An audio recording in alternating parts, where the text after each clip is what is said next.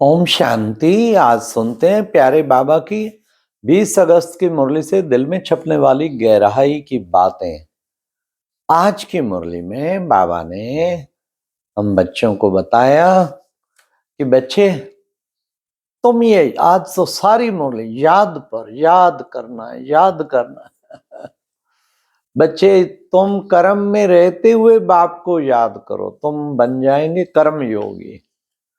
हाँ बच्चे, तुम्हें बाबा कितनी लंबी याद की यात्रा, वो यात्रा करते हैं, एंड हो जाता है। इस यात्रा का तो एंड नहीं, ये तो जाके मुक्ति धाम में ही, बाबा के उस परम धाम में ही जाके पूरी होगी। बच्चे, अंत में पिछाड़ी में सिवाय एक बाप के कोई भी याद ना आए, ऐसा अभ्यास करना है। इसके लिए कितना अभ्यास चाहिए? जो घड़ी घड़ी घड़ी घड़ी निरंतर बाप को याद करेगा ना, तब अंत में उसको एक बाप की याद आएगी। तो बाबा ने कहा बड़े प्रेम से बच्चे बाप को याद करना है कि बाबा आप कितने मीठे हो, कितने प्यारे हो, क्या से क्या बना रहे हो। फिर बाबा ने कहा कि बच्चे, तुम्हारे सिर पर पापों का बोझा बहुत है। हाँ, वो सब उतरेगा किससे? बोझा उतारने का होना चाहिए, वो याद से ही उतरेगा। फिर बाबा ने कहा तुम्हारा है ये योग बल, कितना बड़ा बल है। तो आज बाबा ने कहा कि बच्चे, बस आत्मा, अपने को आत्मा समझ बाप को याद करेंगे, हाँ, तो इससे पैदा होता है योग बल। खास देखो, अपने को आत्मा समझ बाप को याद किया, आत्मा ही नहीं समझेंगे तो बाबा की याद कहाँ ठहरेगी? नहीं ठहरेगी। खुद को आत्मा समझ बाप को याद करना है। फिर बाबा ने कहा बाप को कहा जाता है सर्वशक्तिवान, बाबा को सर्वशक्तिवान। और हम कौन है? बाबा सर्वशक्तिवान, हम हैं वास्तव में मास्टर सर्वशक्तिवान। फिर बाबा ने कहा बाबा को सारी दुनिया पुकारती है, हे पतित पावन आओ, अब मैं आया हूं तुम्हारी पुकार सुनकर। बच्चे, शिव को ना जानने कारण सारी दुनिया का बेड़ा गर्क हो गया है, इसलिए शिव बाबा का परिचय बाबा ने कहा सबको दो। हाँ, फिर बाबा ने कहा कल्प पहले जितना ही सब पुरुषार्थ करते हैं, कल्प कल्प बाप आके समझाते हैं, ये कल्प कल्प की बाजी है। ये याद रख के सारा दिन पुरुषार्थ करना चाहिए कि कल्प कल्प की बाजी है, इसमें जरा भी फर्क पड़ नहीं सकता। अब की बार विजयी बने ना, कल्प कल्प विजयी बन जाए। यार बाबा ने सर्विस पे भी बहुत अटेंशन खिंचाया। बाबा ने कहा बैज में बहुत सेवा है, अर्थ सहित बैज। हाँ, भले मिलिट्री के भी होते हैं मेडल, लेकिन अर्थ सहित बैज तुम बच्चों के बने हुए हैं। तुम इस पर समझा सकते हो कोई को। तुम्हारे चित्र भी बहुत अच्छे अच्छे बने हैं, त्रिमूर्ति का चित्र भी है जिसपे तुम औरों को समझा सकते हो।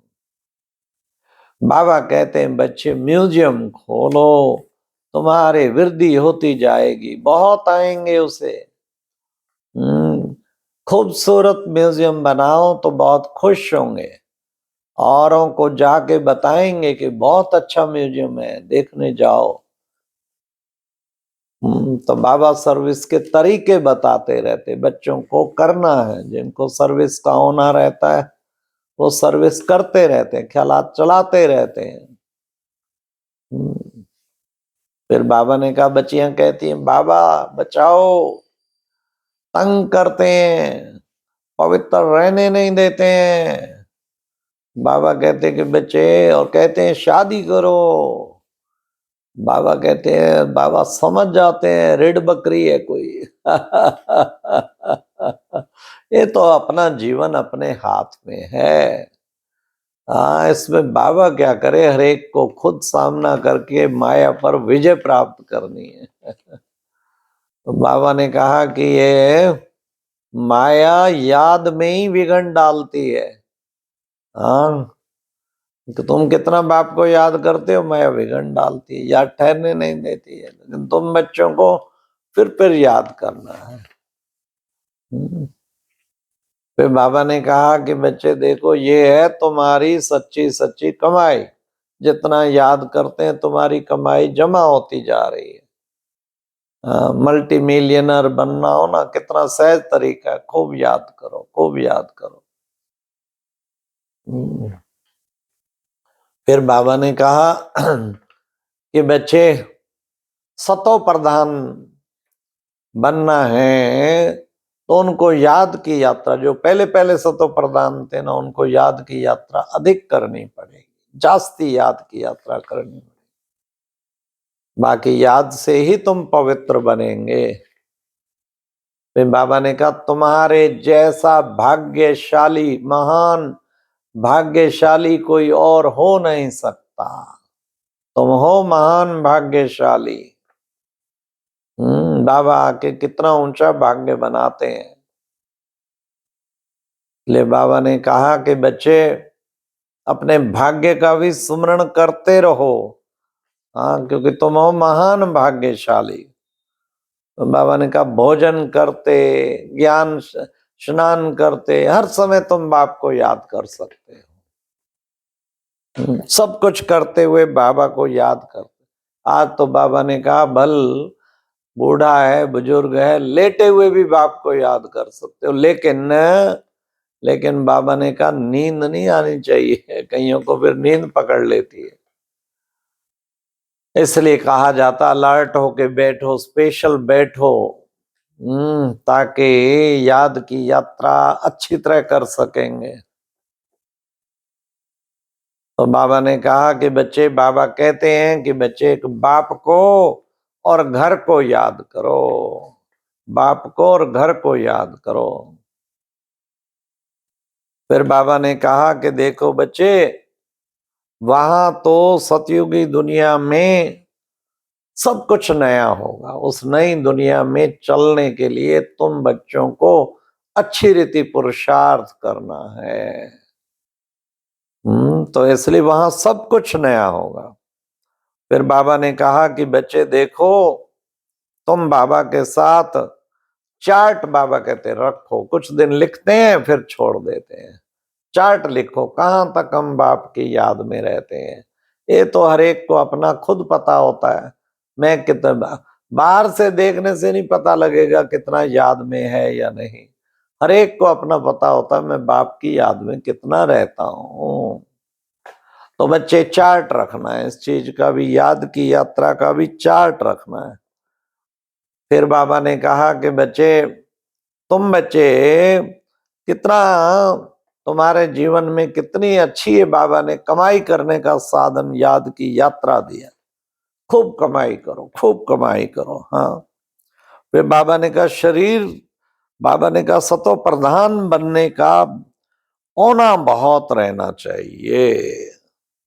हाँ, हमें सतो प्रधान बनना ही है, इसका होना रहना चाहिए, होना तो होना चाहिए।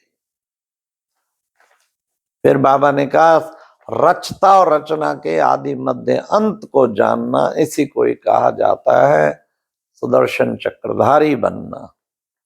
आज की मुरली में वरदान था, सब कुछ बाप के हवाले कर, कमल पुष्प समान न्यारे प्यारे रहने वाले, डबल लाइट भाव, सब कुछ बाबा के हवाले कर दो। हाँ, हवाले क्या, तन भी हवाले, मन भी हवाले, धन भी हवाले।